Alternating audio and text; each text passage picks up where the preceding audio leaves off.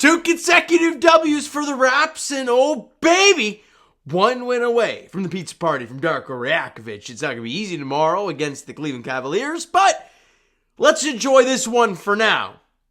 Fred VanVleet returns to Toronto to take on the Raptors tonight, and obviously he was not in the lineup today, but got the video tribute, standing O, as he should, and loved Fred here. Obviously a big part of the NBA championship, and we continue to say welcome back to these guys. We'll be talking to seeing Pascal soon as well. It hurts for a little bit, but you do get through it. We've gotten through Kyle. We've gotten through DeMar. I think we're kind of over that a little bit. You got to move forward. And for the Toronto Raptors, first game after the trade deadline, you got to move forward. We see Kelly Olynyk on the sideline, obviously not in the lineup today. And Agbaji, he was not in the lineup as well, but great to see them there. We all hear the great things about Kelly Olynyk, and it's incredible, his story about how Canadian he is. It's pretty awesome stuff, so can't wait to see him out there on the court probably tomorrow against Cleveland. But with a short-handed Raptors squad and them not having Fred VanVleet, the Raptors were still probably the team that should have won this game. And they did. 107-104 over the Rockets, and for me, it's a very simple story. It's Jakob Poeltl flat out dominating the Şengün matchup. That's pretty much what it was for me. Now they did adjust. They went to Jeff Green off the bench playing the small ball 5, and it seemed to work for them. But when you're taking Alperen Şengün, who's averaging 21, 5, and 9 not off the bench, but starting this year on incredible efficiency, and Jakob Poeltl limited him to 20 minutes and 7.7 rebounds, was a minus 21 on the floor. Dominated. And that's a huge reason, because you go back to the last time the Raptors played Şengün in the Rockets. Now, obviously, there was Jakob's first game back, and he just looked out of sorts. But Şengün put up 24, 13, and 8 on 10 of 14 shooting. And he was a plus 23 on the floor. So a massive swing as we come back to Toronto, and it starts right away. The starting unit full-on dominates the starting unit of the Rockets, and in the first quarter, the Raptors are up 34-20. You're up 14 after 1 quarter of play. Really nice start.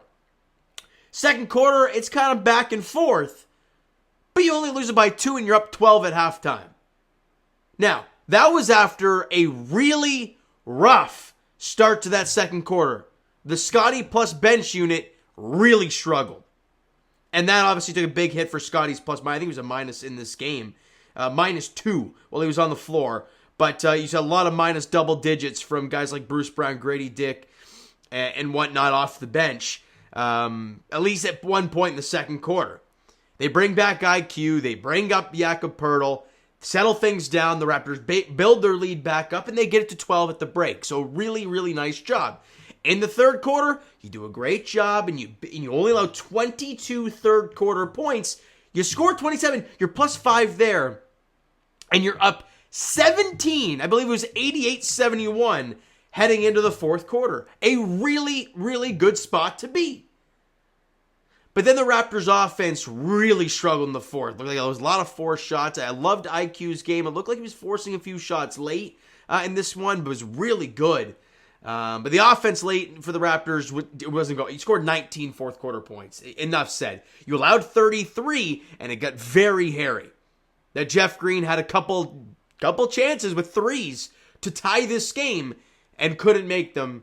And you win 107-104. Shut out R.J. Barrett for two massive free throws with under 20 seconds to play. When you're only up by 1, he knocks down both to put you up 3, and that's all she wrote.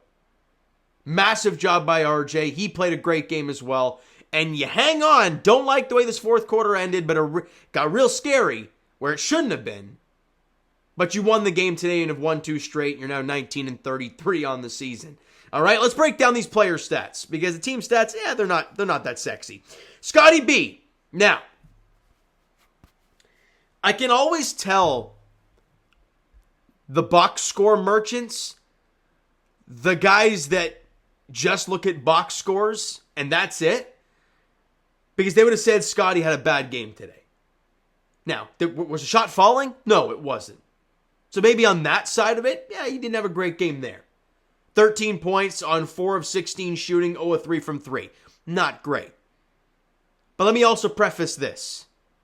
10 boards, 8 assists, where the Raptors didn't have a lot of assists today. I think they had 24 in the game where they've been hitting 25 all year long, which is only one more, but still.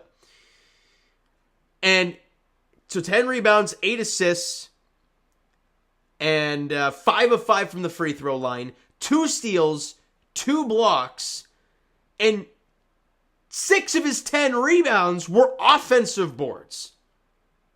So yes, the shot wasn't falling for Scottie. And I understand you want this guy to be great. You want him to be special. Listen, he did literally everything on the floor other than score.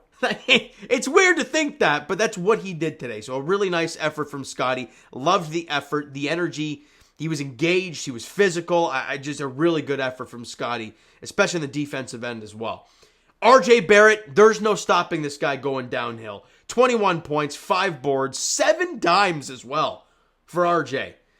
8 of 12 shooting on the night, so really efficient inside the paint as well. 4 of 5 from the field, 1 of 3 from 3. Had a steal in the game, was a +8 on the floor, and made a couple massive free throws late in this game. Very late in this game. Just a great night for RJ. I mean, you look at his numbers as a Toronto Raptor right now, guys. This is not including the game tonight. And in fact, the numbers will probably be similar after this. He's averaging 21.3 points, 3.6 assists, 7 on the dot rebounds, shooting 55% from the field, just under 40% from 3, only 65% from the free throw line, which is weird. But he was 4 of 5 today, so it's going to go up a bit, and a true shooting of 62.625. That is absurd. He has been so good as a Toronto Raptor, and it continued yet again tonight. And Jakob Poeltl, man. Tonight, he was worth that first-round pick they gave up. 16 points, 13 boards, 3 dimes, 7 of 11 from the field, 2 of 2 from the line, 3 steals, 6 blocks for Big Yak. And oh, by the way, a +14 on the floor and dominated his matchup. Incredible game from Jakob. Easily, for me, the MVP in the game. Sure, IQ had 25, but Jakob Poeltl, man, the way that matchup happened in Houston and what we saw tonight, night and day. Hell, obviously night and day because he had more time.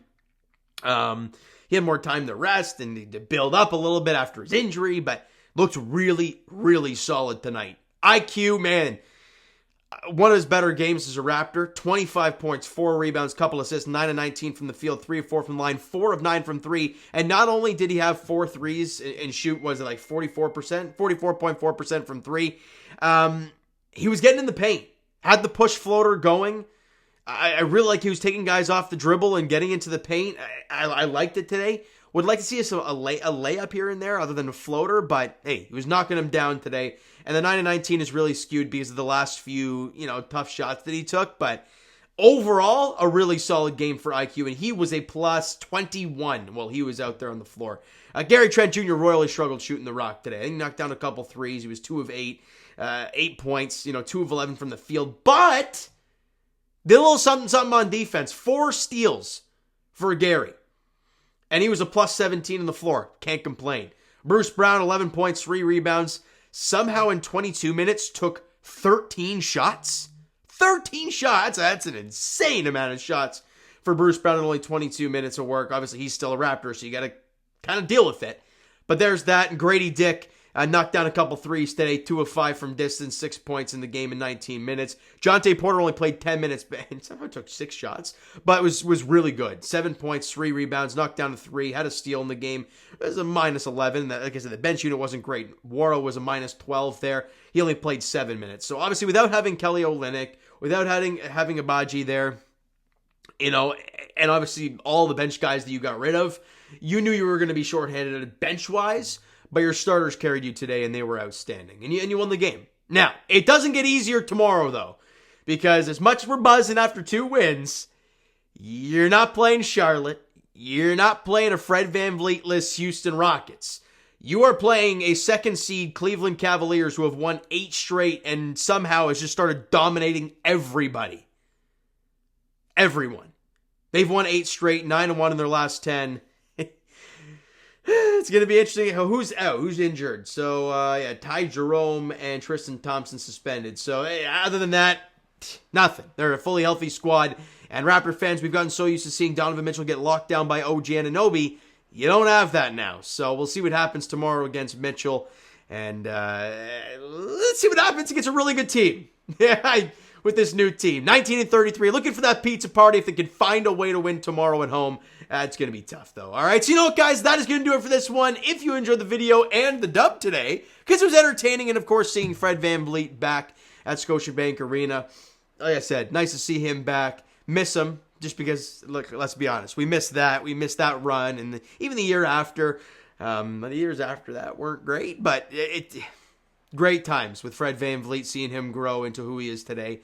But time to move on.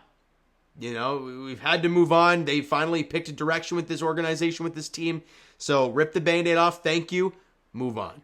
All right, so hit that like button if you guys enjoyed. Hit the subscribe button if you guys not already. Comment down below your thoughts on the video, thoughts on the game, your thoughts on Fred VanVleet, all that stuff. Let me know down below. Twitter, Discord, Instagram, TikTok, all that stuff is down below. So follow up there if you've not done so already, and I will talk to you guys Leafs edition tomorrow night as they're in Ottawa taking on the Sens at 7 o'clock. And as for the Raptors, like we talked about, they're back in action tomorrow as well at home at Scotiabank Arena against the Cleveland Cavaliers. 7:30 tip-off there. Thank you so much for listening and watching. I hope you enjoyed the video and the game today, of course.